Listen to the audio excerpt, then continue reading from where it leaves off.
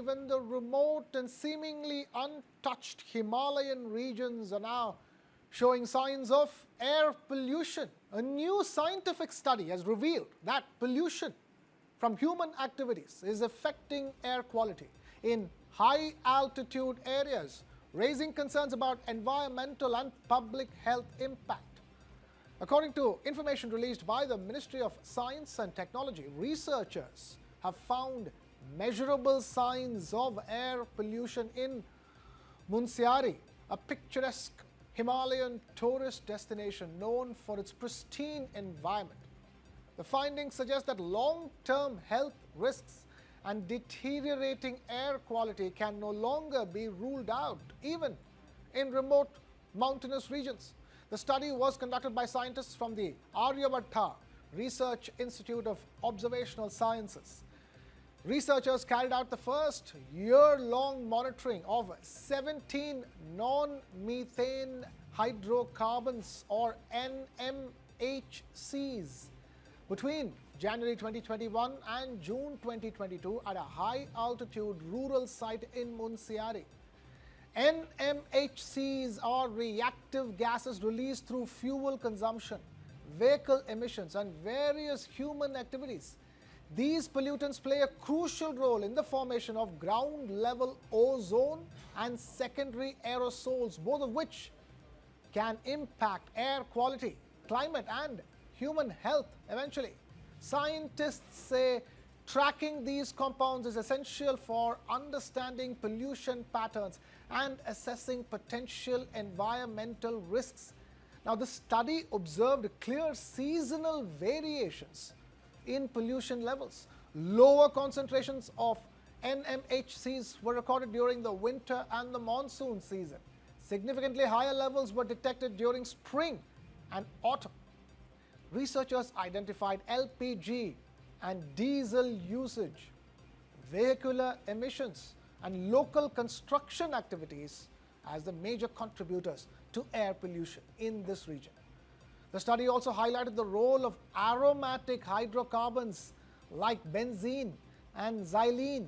These compounds were found to strongly contribute to the formation of secondary pollutants like ozone in the lower atmosphere. Experts warned that elevated ozone levels can have serious implications for both climate systems and human health, including respiratory problems and environmental damage. These findings serve as a wake-up call that even remote Himalayan ecosystems are increasingly vulnerable to pollution. Scientists emphasize the need for continuous monitoring, strong pollution control measures, and region-specific mitigation plans to protect these fragile mountain environments for future generations. With concerns growing over the spread of pollution into previously untouched regions, researchers say immediate action and sustained environmental surveillance will be critical to preserving the ecological balance of the Himalayas. We have Bhavrin Kandhari, environmentalist, now joining us live on the broadcast. Bhavrin Kandhari, thank you so much for taking time out to be with us. This is seriously distressing news. Even as there's people are heading out to the mountains at the peak of the summer. That's where people went to escape pollution, and it looks like there is no escape there as well. Yes, absolutely. Good morning, and thank you for having me. Yeah, sure enough. If pollution has reached Munsyari, this is the really higher Himalayas. There is, truly no clean air left in India now, and the Himalayas are becoming a receptor of our pollution as well.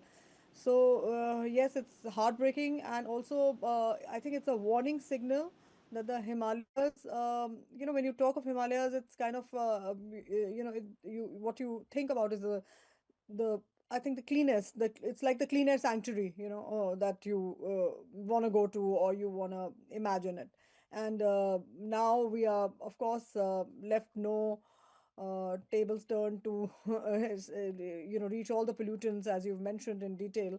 All the scientifically now tested, the fuel use, vehicles, tourism, construction, that has all reached these remote mountain regions. So yes, it's absolutely, it should not be, just a study. It should not be just a research. I think there should be a wake up call for the policymakers, for the government, who are taking decisions, who are, allowing, this to happen. And as even in the earlier months, even for the other hill stations, etc., when we've been, talking about, these long traffic jams, and then you are making, the roads more accessible, as in, cutting hundreds and thousands of trees, and then making, your routes shorter, etc. This all makes you're welcoming more people, more tourism, and which is obviously we call this, absolutely irresponsible tourism. And any tourism without safeguard is carrying a hidden cost, and this is truly one of the examples. So I think, if we want to get to the, this tragedy, and think about how we treat mountains, how they should be treated, I think most importantly, the number of visitors have to be capped. That's how world over, many of these, what you say, the protected zones are kept away from tourism, away from people. And of course, even if you have there should be a, like a mathematic, of clearly, your sewage treatment plants, etc. How much sewage treatment can a mountain like this take? For example, only those number of people should be allowed.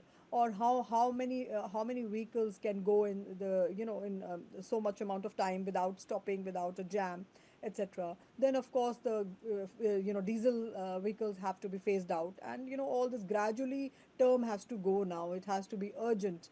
These are very, very sensitive Himalayan regions. It's not only costing us, of course, we're talking about area, but it's also costing us a huge amount of crisis, which we call climate crisis, but it really is a man-made crisis. Then, promoting the electric and, the shared mobility, a very, very robust public transport. So the private vehicles, and the private vehicles can be, charged a humongous amount of tax. So, you think twice, but that can be done only if you have an option of public transport. So those kind of things, which of course the government, they know more, they know Right. everything.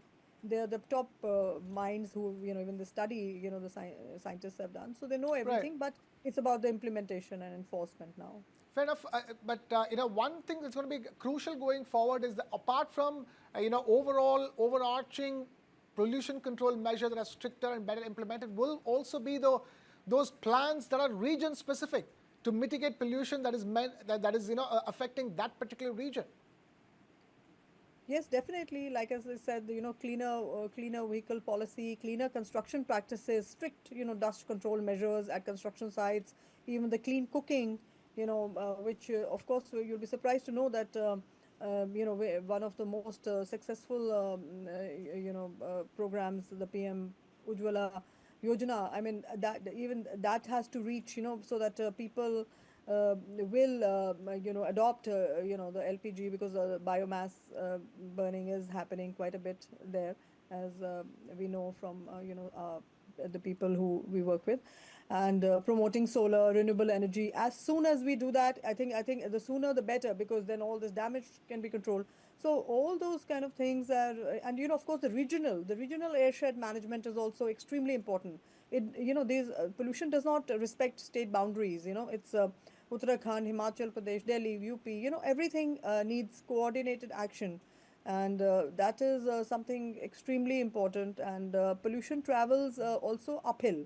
Solutions must also travel across borders. It's a very important, aspect that we have to understand, that we cannot work in silos and think that, okay, Himalayas and this area needs to work. It's the pollution is coming from everywhere. So it's about, protecting the air, and of course the water, the climate. Everything depends on how are these decisions. What we are talking, these Right. are very basic things. Everybody knows it, but Yeah. now it's about enforcement. Otherwise, nothing will change, and these fragile regions will become, the next pollution hotspots as we've seen now. Right, Munsyari is just the tip of the iceberg, literally, isn't it, Bhavreen? And that is going to be, and we're talking about hill stations, like the popular tourist destinations like Shimla that are getting overcrowded, and so many in Uttarakhand, leading to everything from soil erosion to flash floods.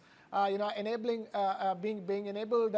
So this is going to be a matter of national interest, national concern for in terms of crisis management, crisis mitigation, isn't it? Prevention is better than cure. Is the adage that you have to go with this time around? Yeah, absolutely. You took my line that it's not about once you come to a crisis and then solving it. We have to stop it now and then. In fact, I appreciate that this study was done, by the ministry, and it's something that is an eye opener for everyone. Of course, we kind of see it and all, but now you have the science, you have numbers, to match up to what we are seeing. And so it should be actually I think also be done for other various like you said, the other mountains, etc., where we are. Yes, the whole, we saw Joshimat, etc., how it costed so much damage, when we are constructing, when all these roads, etc., are being widened, and things are being done. So you do all this for an objective. The objective is what? To bring in more people. I think that is where the complete the mindset has to change. We have to start protecting these the mountains, the mountain ranges, so that the fragile ecosystems, they're it's not about only air pollution. They're providing water, it's about climate regulation, biodiversity for millions of Indians. You cannot afford to make a mistake, when the Himalayas are polluted, eventually the whole communities, the whole country will pay for it. Absolutely. We have to act, and act now. We'll have to leave it at that. Bhavreen Kandhari, environmentalist, thank you so much for taking time out to be with us here on News.